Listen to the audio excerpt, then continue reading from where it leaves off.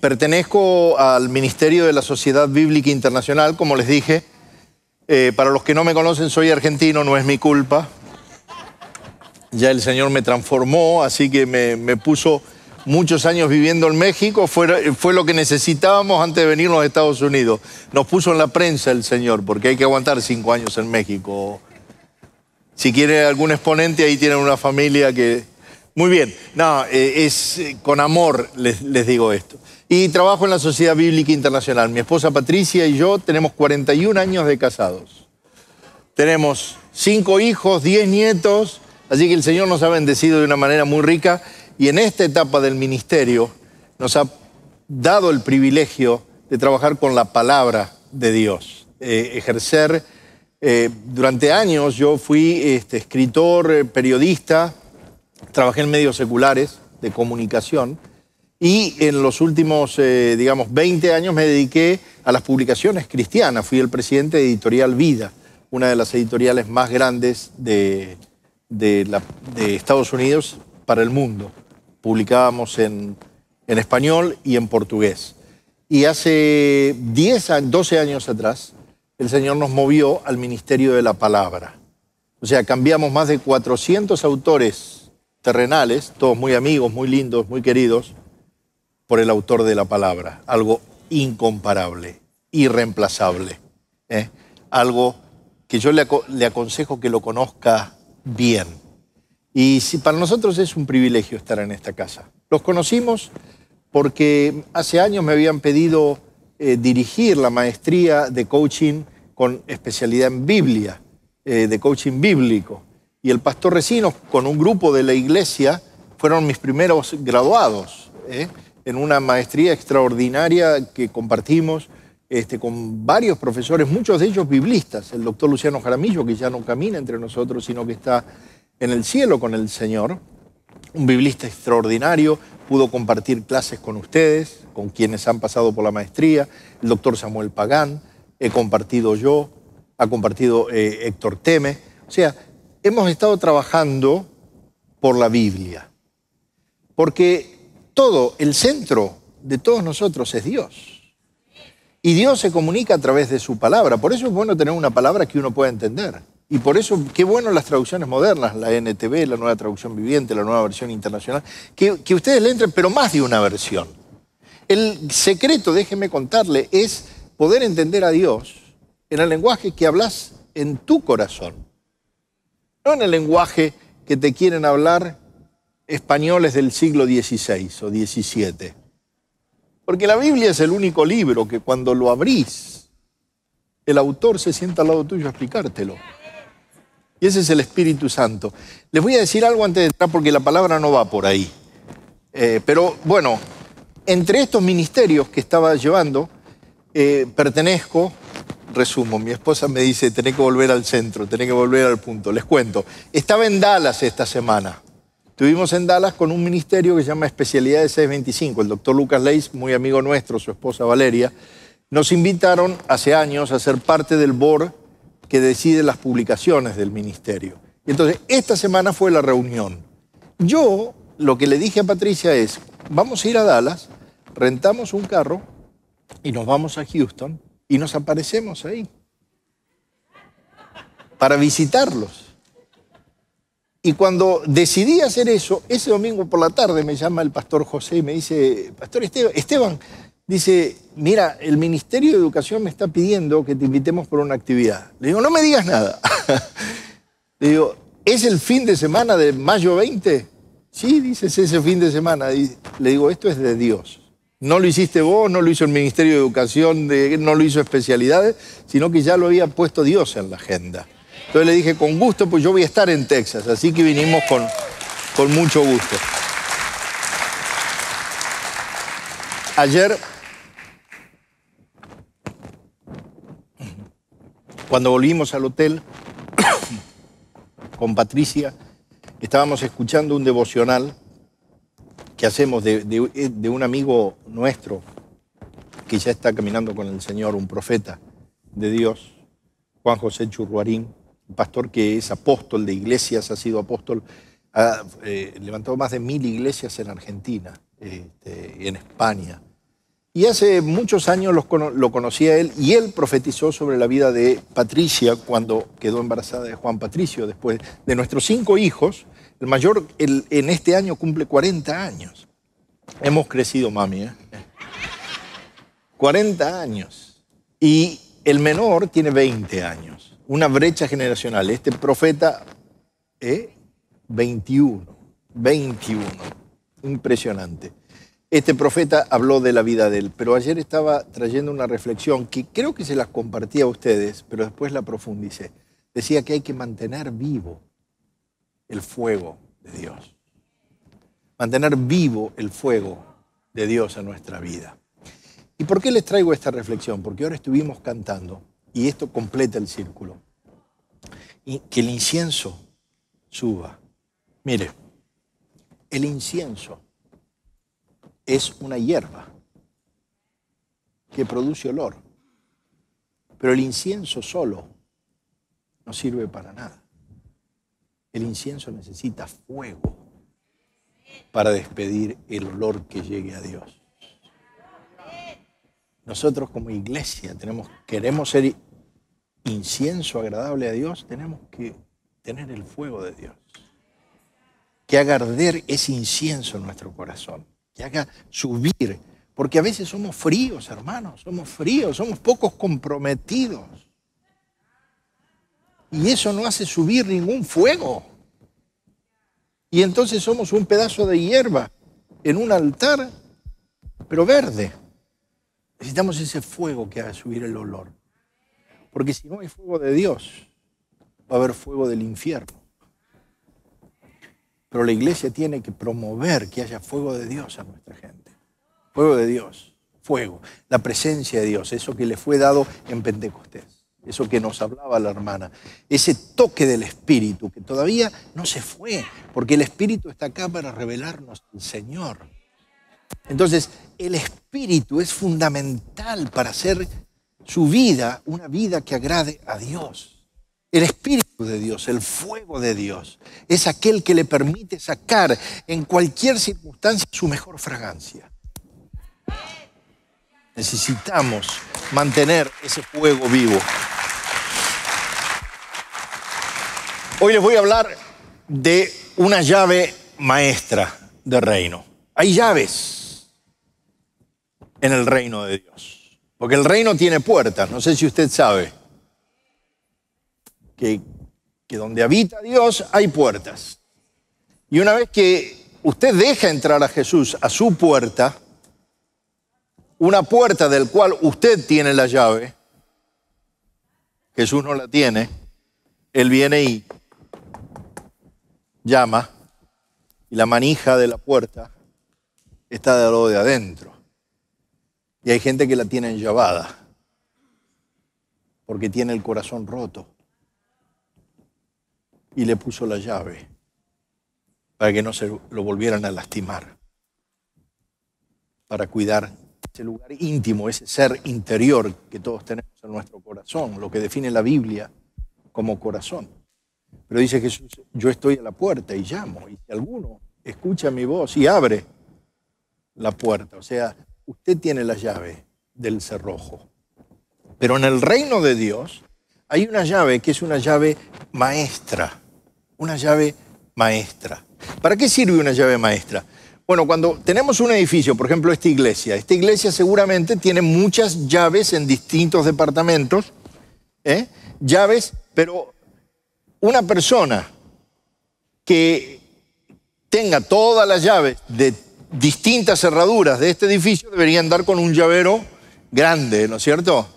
Pero el pastor, el hombre de la casa, tiene una llave que abre todas las puertas. A eso se le llama una llave maestra. Una llave que abre todos los cerrojos. Y por supuesto, esa llave maestra está solo en manos de personas de absoluta confianza. Nadie le da una llave maestra que abra todas las puertas a un desconocido. Por ahí le das la llave de que abre uno de los salones, o abre los baños, o abre las oficinas, en fin. Pero hay una llave que abre todo. Y reflexiono, ¿cuál es la llave maestra de nosotros, los hijos de Dios?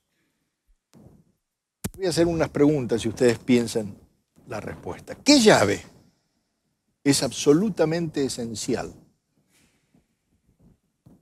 para contar con el agrado de Dios? ¿Qué llave es capaz de mover montañas de problemas, todos juntos a la vez? ¿Qué llave abre el camino de la salvación de pecado y miseria que hay en el hombre? ¿Qué llave sirve para justificar al hombre delante de Dios? Hay una llave, una. Y si respondió que es la fe, acertó. La fe es la llave, pero es la llave maestra para la vida cristiana. Déjenme hablarle de este texto de la Biblia, Hebreos 11. Hoy vamos a caminar por Hebreos 11 y algunos otros textos. Hebreos 11, 6 al 13 dice, en realidad, sin fe es imposible agradar a Dios, ya que cualquiera que se acerca a Dios tiene que creer que Él existe y que recompensa a quienes lo buscan. Por la fe, Noé, advertido sobre cosas que aún no se veían, con temor reverente, construyó un arca para salvar a su familia.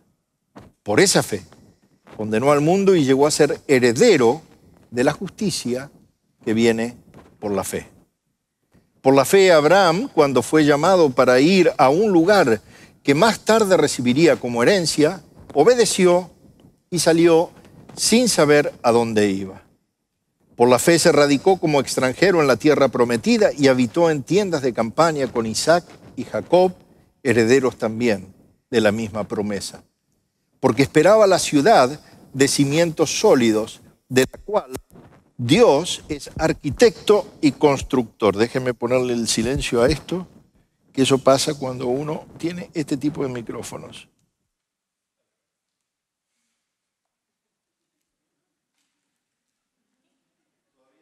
Todavía no han inventado, pastor, un micrófono que detecte el pañuelo en la cara. ¿Vio? Por eso Esteban es rudimentario. Yo trabajo en tiempo de radio. Uso siempre un pie, un micrófono ahí. Si me tengo que sonar la nariz, me voy para atrás, me sueno, no molesto a nadie. Pero entonces ahí, si no, uno tiene que tener la atención permanente del equipo y cuando lo ven al pastor levantar así para hacer, ustedes cortan. No van a ser como un hermano de la iglesia de Miami. Esto no es chiste. Que los hermanos no le cortaron el inalámbrico y se fue al baño a ser número 1, gracias a Dios. Nos dejó a todos orando. Y de repente se escuchaba. No le habían cortado el micrófono, no estaban atentos los hermanos de audio. Y este se había puesto el inalámbrico en el bolsillo. Así que bueno, sigo con el texto. Por la fe, versículo 11, Abraham, a pesar de su avanzada edad y que Sara misma era estéril, recibió fuerzas para tener hijo porque consideró fiel al que le había hecho la promesa. Así que de este solo hombre, ya en decadencia, nacieron descendientes numerosos como las estrellas del cielo e incontables como la arena a la orilla del mar. Todos ellos vivieron por la fe y murieron sin haber recibido las cosas prometidas. Más bien, las reconocieron a lo lejos y confesaron que eran extranjeros y peregrinos en la tierra. Seguir a Cristo requiere un paso de fe. ¿Ustedes me están escuchando bien o se corta? Perfecto, no, yo me escucho cortado, eso es. Seguir a Cristo requiere un salto de fe, pero no es un salto al vacío, es un salto a pasos seguros. Va a decir que cuando nos enfrentamos con cosas que no podemos explicar, que no hay explicación alguna. Si comenzamos con la premisa de que Dios está en control, de que Dios es todopoderoso y es sabio, de que Dios es todo amor, y damos por sentado la fe, es la única explicación que podemos dar para ciertas cosas en la vida. Fíjense, observemos que el pasaje afirma que la fe es garantía y es certeza. La llave maestra de la fe es garantía y es certeza. Lo creo porque lo creo. No es un sentimiento. Lo creo porque me decido a crecer. No se trata de fábulas, no se trata de imaginación humana. Es que cuando Dios definitivamente obra, habla, dice, nos deja desconcertados. Y hay ciertas cosas que solo las puedo entender por fe. Yo no lo sé, pero Dios sabe. A veces queremos racionalizar todo.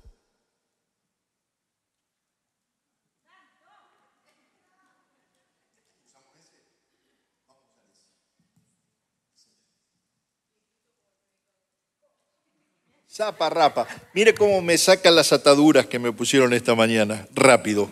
Dame el pie mientras yo me saco esto.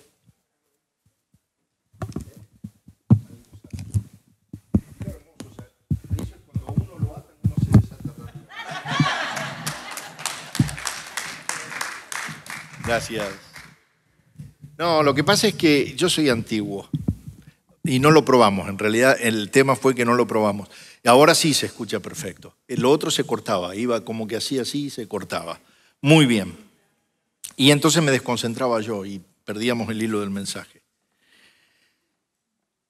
Aceptar ciertas cosas en nuestra vida sin la convicción de que hay un Dios soberano que gobierna y sostiene este mundo sería imposible de entender. A muchos les crearía un enorme pesimismo. Pero nosotros como pueblo de Dios, cuando por fe decidimos creer a pesar de las cosas que nuestros ojos están viendo, le estamos diciendo al Señor, yo te creo a pesar de lo que veo. Es más importante lo que vos decís que lo que yo percibo. Por eso necesitamos el Espíritu Santo. Porque Dios se comunica a través de la palabra escrita, pero se comunica a través de Cristo y se comunica a través del Espíritu Santo. Las tres cosas no se contradicen. No se contradicen. Un mundo sin orden, sin gobierno, donde todo fuera al azar, por supuesto que a la gente le produciría mucho desconcierto y mucho temor. Pero Pablo le dice a los colosenses que Jesús sostiene todo. Él está en control. Y actuar con fe es demostrar que creemos que Él está en control. No importa la circunstancia que estemos viendo, Él está en control. Entonces, sin fe es imposible agradar a Dios. Porque yo no le puedo decir, papá, te amo, pero no te obedezco. Papá, yo te amo porque me diste vida, pero no te creo. Tiene que haber una relación. Dice que este texto nos cuenta que muchas personas de la antigüedad, después las vamos a revisar, actuaron por fe, sin ninguna explicación. No pidieron explicación. Actuaron por fe, pero lograron cosas extraordinarias, cosas tremendas. Y las experiencias que se mencionan son imposibles de explicar aparte de la fe. Entonces, cuando un mundo que está mirándote, a ver, ¿en qué crees? No puede verte que estás aplicando fe para las cuestiones más pequeñas de tu vida, ese mundo no va a creer nunca en Cristo. Pero si te ven con fe, si te ven actuando, si te ven en paz, a pesar del COVID, si te ven en paz a pesar de una enfermedad, si te ven en paz a pesar de un despido, entonces van a decir, ¿pero qué le pasa a este? Y van a empezar a querer acercarse a Dios. Y esas son las experiencias que estos pasaron, mucho más profundas que esas, mucho más profundo que perder un trabajo. Dejaron casas, dejaron países. Pero subraya especialmente el pasaje que le leí, que la fe es esencial para agradar a Dios, para producir el agrado de Dios. Y dice, porque sin fe es imposible agradar a Dios. Pero el Evangelio de San Juan, vamos al prólogo del Evangelio de San Juan, Juan 1, de 10 al 13, dice, el que era la luz ya estaba en el mundo. Y el mundo fue creado por medio de él, pero el mundo no lo reconoció. Vino a lo que era suyo, pero los suyos no lo recibieron. Mas ¿a cuántos lo recibieron? A los que creen en su nombre, les dio el derecho de ser hijos de Dios. Estos no nacen de la sangre, ni por deseos naturales, ni por voluntad humana, sino que nacen de Dios. Estos nacen por fe. Usted nació por fe. Sin fe todavía no salió del vientre que Dios puso para que crearle a usted la vida nueva. Hay gente que todavía está esperando nacer. Sin fe es imposible. ¿Por qué? Porque usted nace al reino de Dios por fe. Es una llave maestra. Entro a la casa, entro al palacio con la llave de la fe. Por eso los cristianos tibios no entran. Por ahí tienen la llave del patio.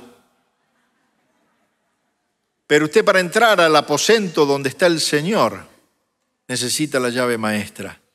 La fe le da un derecho muy importante.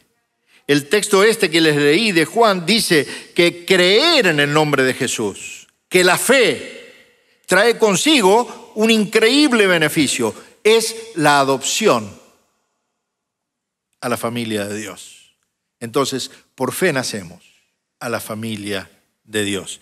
Pero a la vez reconoce, fíjense qué importante esto, que la fe es una condición a la que todo el mundo puede acceder.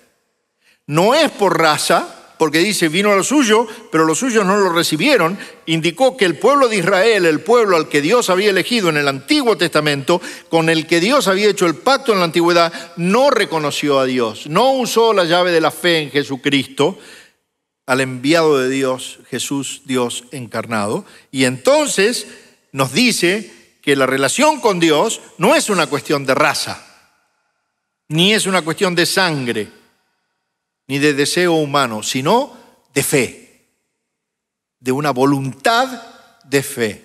Usted tiene que disponerse a ser hijo de Dios. Usted tiene que disponerse por fe a vivir adentro del palacio. ¿Dónde quiere vivir? ¿En el patio o en el aposento del rey? La única manera de acceder a ese aposento, a una relación directa con Dios vivo y Dios todopoderoso, es por medio de la fe. Pero si les leo un poco más adelante, Juan sigue diciendo, Juan 3, 16 al 18, dice, porque tanto amó Dios al mundo, que dio a su Hijo unigénito para que todo el que cree en Él no se pierda, sino que tenga vida eterna. Dios no envió a su Hijo al mundo para condenar al mundo, sino para salvarlo por medio de Él. El que cree en Él no es condenado, pero el que no cree ya está condenado por no haber creído en el en el nombre del Hijo unigénito de Dios. Y acá habría que reemplazar las palabras de Hamlet. To be or not to be, tendríamos que decir to believe or not believe. Creer o no creer. Ese es el dilema. El dilema que la sociedad de hoy está pasando es que la gente está pensando si cree o no cree.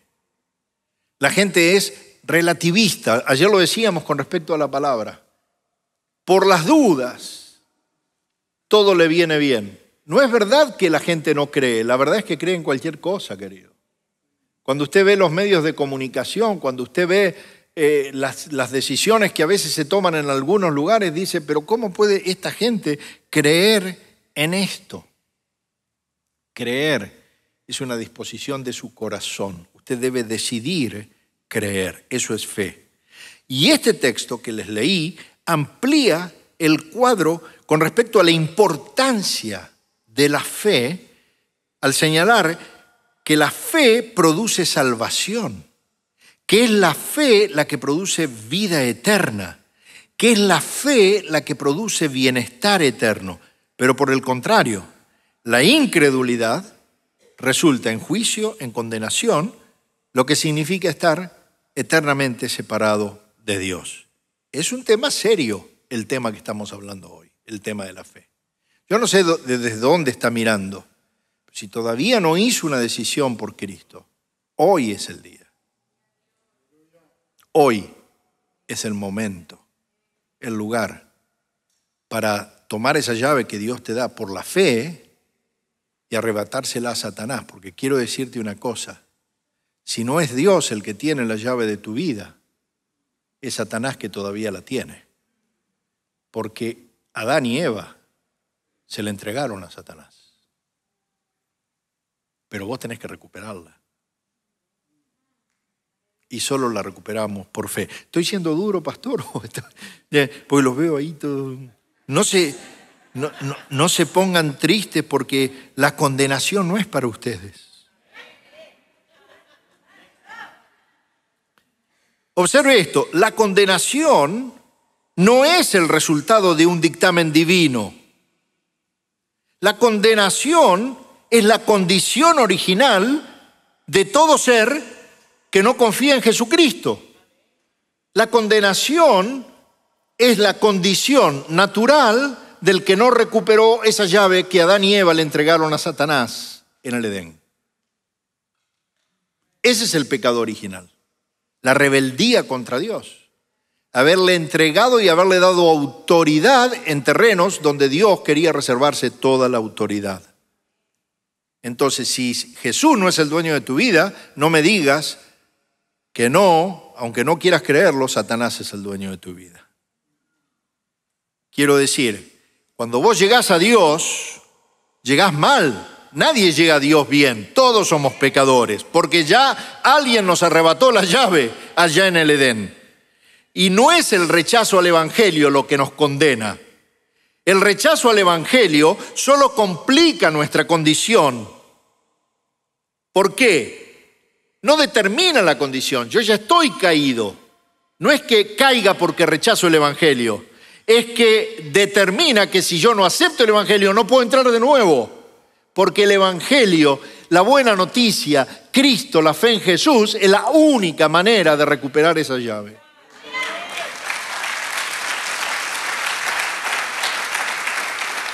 Juan 3, 35 y 36 dice, el Padre ama al Hijo y ha puesto todo en sus manos.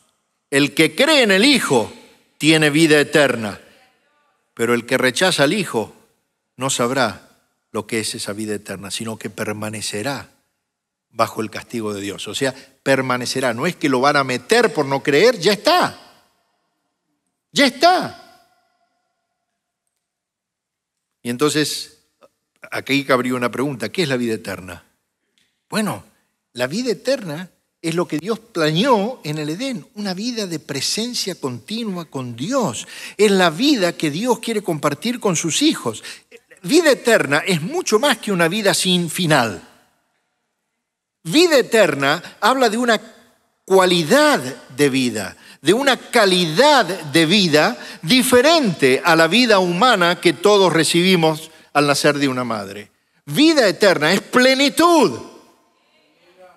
Eso es vida eterna. Yo no estoy en la eternidad, pero tengo vida eterna. Soy pleno, a pesar de mis defectos. Que no son muchos, ¿no es cierto, Patricia? A pesar de mis errores. Es una vida plena que me permite conocer a Dios, tener comunión con Él, gozar de su presencia, vivir con Él, caminar con Él, andar con Él, como andaban los padres antes de la caída. Pablo, en la epístola a los Romanos, un pasaje muy instructivo, señala la relación entre la palabra de fe del predicador, de quien predica, y la respuesta de fe de quien oye y confía en Dios. Y también señala la relación entre la fe del corazón y cómo llega esa fe al corazón.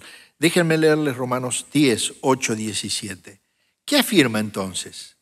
La palabra está cerca de ti, la tienes en la boca y en el corazón. Esta es la palabra de fe que predicamos. Que si confiesas con tu boca que Jesús es el Señor y crees en tu corazón que lo levantó de entre los muertos, serás salvo. Porque con el corazón se cree para ser justificado, pero con la boca se confiesa para ser salvo. Así dice la Escritura, todo el que confíe en Él no será jamás defraudado. No hay diferencia entre judíos y gentiles, pues el mismo Señor es Señor de todos. Bendice abundantemente a cuantos lo invocan, porque todo el que invoque el nombre del Señor será salvo. Ahora bien, dice, ¿cómo invocarán a aquel en quien no han creído? ¿Y cómo creerán en aquel de quien no han oído? ¿Y cómo no oirán si no hay quien les predique? ¿Y quién predicará sin ser enviado? Así está escrito, qué hermoso es recibir al mensajero que trae buenas nuevas. Gloria al Señor, gloria al Señor. Así que la fe viene como resultado del oír el mensaje, versículo 17. Y el mensaje que se oye es la palabra de Cristo. Fíjense, hablo de Cristo, aumento la fe. Enciendo a Cristo, enciendo la fe. Hay una reciprocidad. Es imposible hablar de Cristo sin fe. ¿Y cómo recibo la fe? La fe, la última frase de Pablo dice, viene como resultado del oír el mensaje, y el mensaje que se oye es la palabra de Cristo. Un elemento, fíjense que no apareció en ninguno de los textos que leí anteriormente. La fe viene como resultado de la proclamación. Iglesia, ¿usted quiere fuego de Dios para su familia? Proclame a Cristo. Proclame el Evangelio. Proclame 24 horas al día, 7 días a la semana, 365 días al año. En donde vaya, en su trabajo, en el colegio, en el estudio, donde esté, proclame a Cristo. Quizás no tenga que hablar, quizás tenga que mostrarse. Cambie su estilo de vida.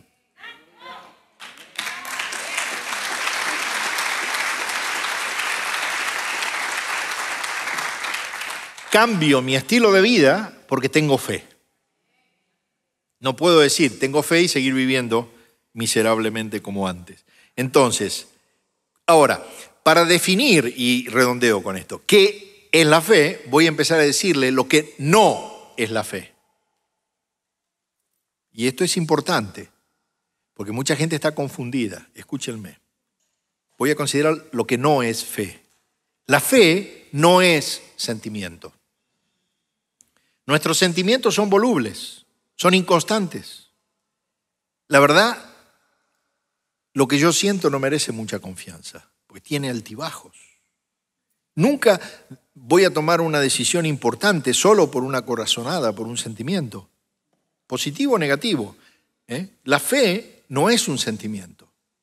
1. 2. La fe no es una ilusión. No se trata de imaginar, de soñar, de juntar fuerzas. No es una ilusión, no es un espejismo. ¿Para qué voy a tratar de convencerme yo solo? La fe necesita una base mucho más sólida. Para radicar la fe tiene que estar el creer. La fe no es la afirmación positiva, repetir un mantra, como hacen algunas religiones. repetir oraciones. No, la fe es vivencial. ¿Qué es la fe? Primero, la fe es la llave de entrada al reino de Dios, es la llave de nuestra relación con Dios. En este sentido, hay una roca que nunca se mueve cuando todo lo demás tiembla. Y es Jesús. Y creo por fe. Puedo estar deprimido, puedo estar contento, pero la fe no tiene que cambiar. Usted puede no tener el mejor día de su vida, pero no va a perder la fe por eso. La fe es postural, representa una decisión que usted hizo. La fe a veces se expresa como un credo. La fe usted podría sistematizarla. ¿Qué es la fe? Bueno, el credo de los apóstoles le define la fe. Creo en Dios Padre Todopoderoso, Creador del cielo y de la tierra, en Jesucristo, su único Hijo, nuestro Señor, que fue concebido por obra y gracia del Espíritu Santo. Nació de la Virgen María, padeció bajo el poder de Poncio Pilato, fue crucificado, muerto, sepultado. Descendió a los infiernos. Al tercer día resucitó, subió a los cielos y está sentado a la derecha de Dios Padre y desde allí ha de venir a juzgar a los vivos y a los muertos. Por ejemplo, esa declaración es una declaración de fe. Cuando los apóstoles estaban yendo de este mundo porque estaban muriendo, estaban partiendo con el Señor, decidieron escribirla porque es la declaración de fe más contundente que aplica a todo el mundo. Esto no es católico. Los católicos nos lo robaron. Esto es de la iglesia. Pero si usted lo dice no como un mantra, sino sabiendo que todo lo que declara es cierto, está demostrando que tiene fe. Y entonces, además le doy un secreto. Cuando algún católico viene y le dice, ¿y usted en qué cree? ¿En qué creen los cristianos? Usted le rompe el piso, le dice esto. ¿Cómo los cristianos? ¿Y usted no es cristiano? Sí, claro. Porque todos creen en Cristo. Entonces, ortodoxos, católicos, romanos y protestantes son 3 cristianos. Entonces yo, en vez de apartarlo, lo traigo un poquito más cerca. Le digo, déjeme decirle lo que creo. Y le digo, creo en Dios Padre Todopoderoso. Dice, pero en eso creo yo. Le digo, pero para mí la fuente de autoridad es la palabra. Entonces ya no le puse una barrera. Le dije, ahora que él tiene que hacer una elección. Si va a leer la palabra o va a preferir lo que le dice la tradición de esa denominación. Pero ojo que esto también aplica para muchas denominaciones protestantes. Porque hay gente que cree lo que dice su denominación a rajatabla, aunque la Biblia no diga eso.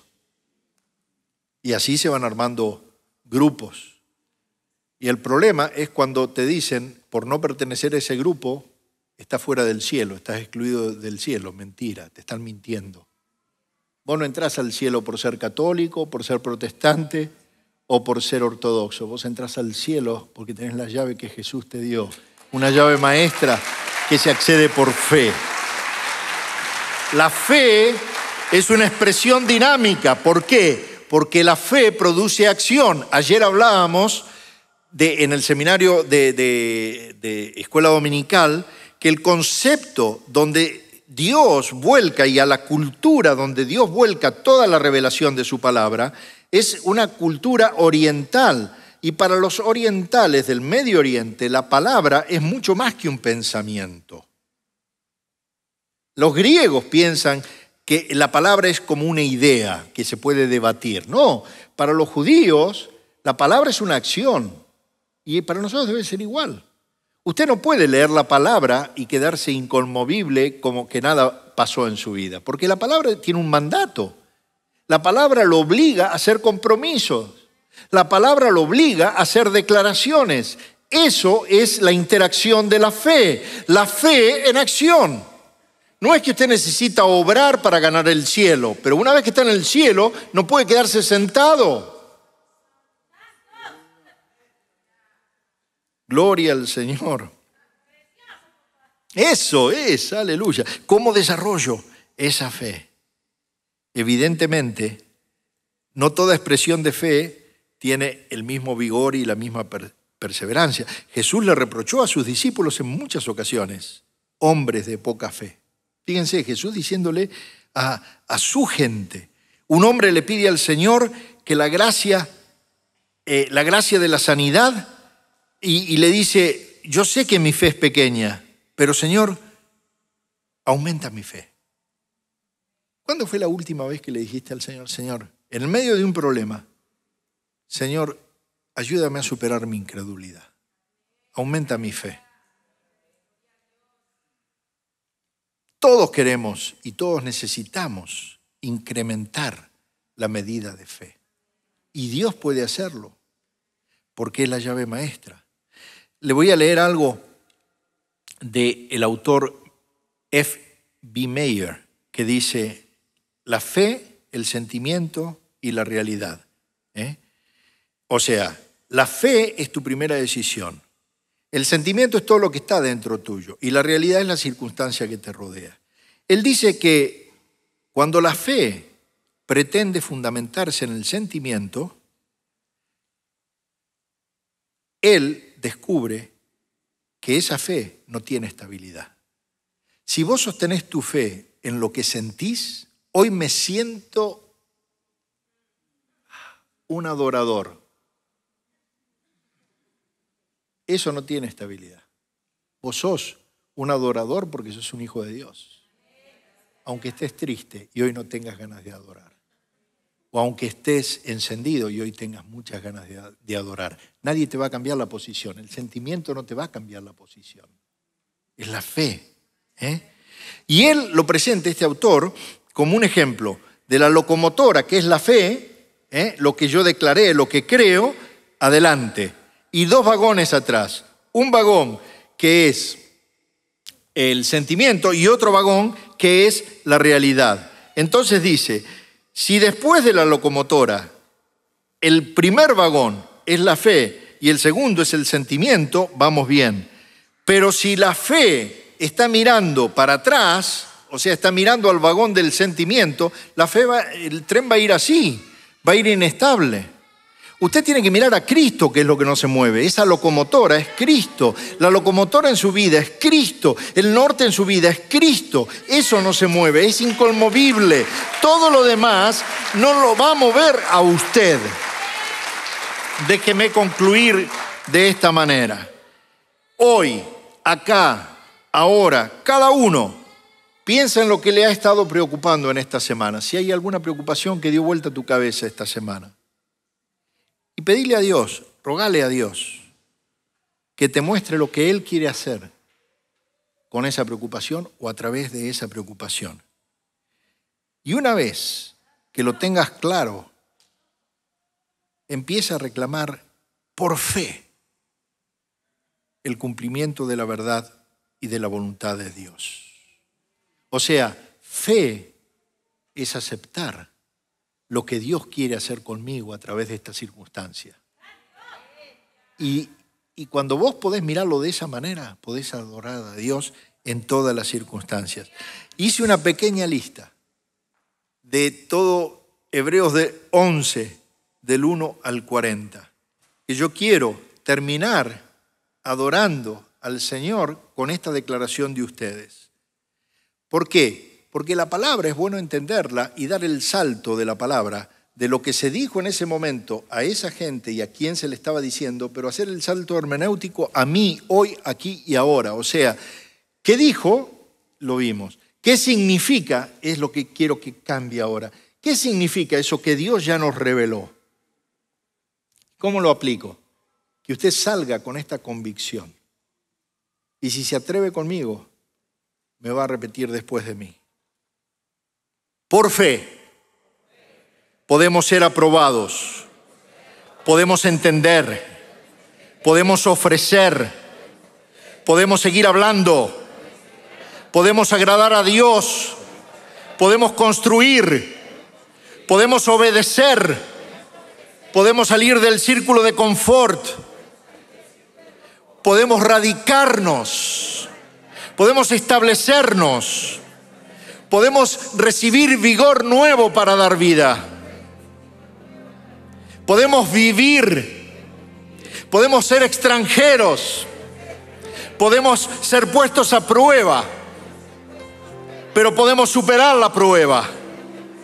Podemos bendecir, podemos adorar, podemos recibir recompensa, podemos mantenernos firmes, podemos celebrar, podemos conquistar, podemos hacer justicia, podemos escapar de la espada, podemos recuperar fuerzas, podemos mostrarnos valientes, podemos hacer huir al enemigo y podemos llegar a la meta. Estos fueron esos. Pero ¿sabes qué? El Señor dijo que ellos no llegaron esperándote a vos, para que todos lleguemos juntos a la meta. Yo no sé lo que te preocupa, no sé qué situación traes, pero por fe podés construir y reconstruir. Por fe podés recuperar el vigor, la hombría para volver a ser padre. Quizás en lo espiritual, quizás en lo material. Por fe podés mudarte de ese lugar donde estabas, quizás con el rótulo llamado problema, a un lugar llamado libertad. Por fe podés tener un pasaporte nuevo y decir: yo no pertenezco a esta tierra, soy un extranjero en este lugar.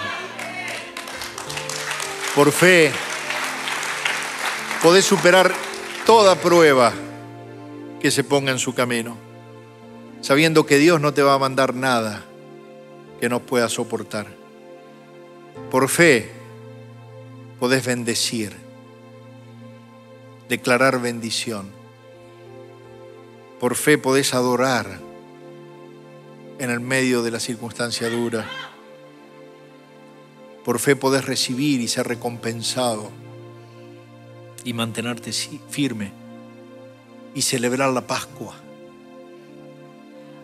Podés hacer justicia, podés llegar a la meta. Sin fe es imposible agradar a Dios. El Señor les bendiga ricamente.